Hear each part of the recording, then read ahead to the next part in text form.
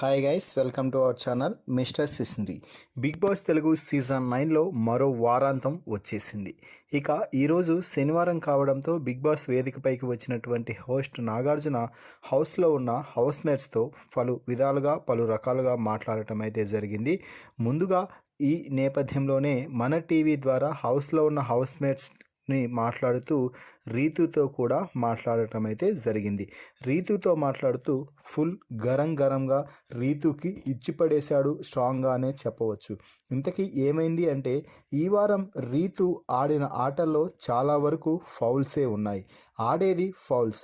ఆ తర్వాత అయ్యో నేను గేమ్ ఓడిపోయానే అంటూ గొక్కపెట్టి కన్నీళ్లు పెట్టుకోవడం ఒక సీరియల్ని తలపిస్తూ ఉంది. ఇదే ధోరణి కొనసాగుతుంది గత కొన్ని వారాలుగా.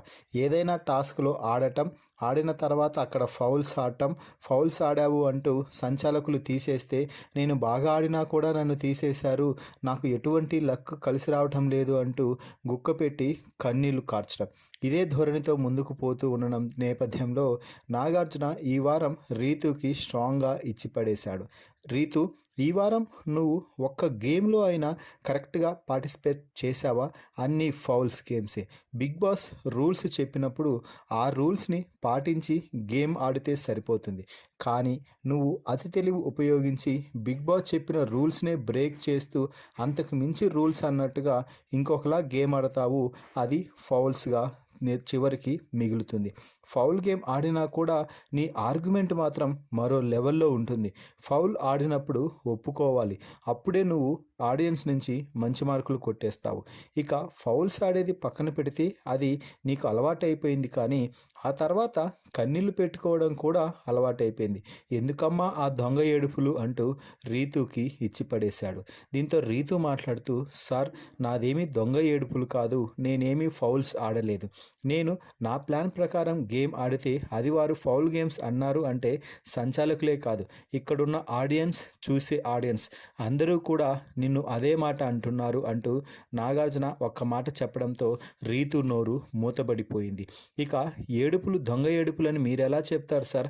అది నా మనస్తత్వాన్ని, నా మనసులో నుంచి వచ్చిన కన్నీళ్ళు అంటూ చెప్తూ ఉంటే, ఎప్పుడైనా ఒకసారి ఏడిస్తే అది ఖచ్చితంగా మంచితనంతోనో ఏదో గేమ్లో ఓడిపోయాననో వచ్చిన బాధలో నుంచి వచ్చిన కన్నీళ్ళు అని అనుకుంటారు. కానీ రోజుకి 10-12 సార్లు ఏడుస్తూ ఉంటే ఖచ్చితంగా దొంగ ఏడుపులే అవుతుంది అంటూ బిగ్ బాస్ వేదికపై నుంచి నాగార్జున అయితే చెప్పాడు.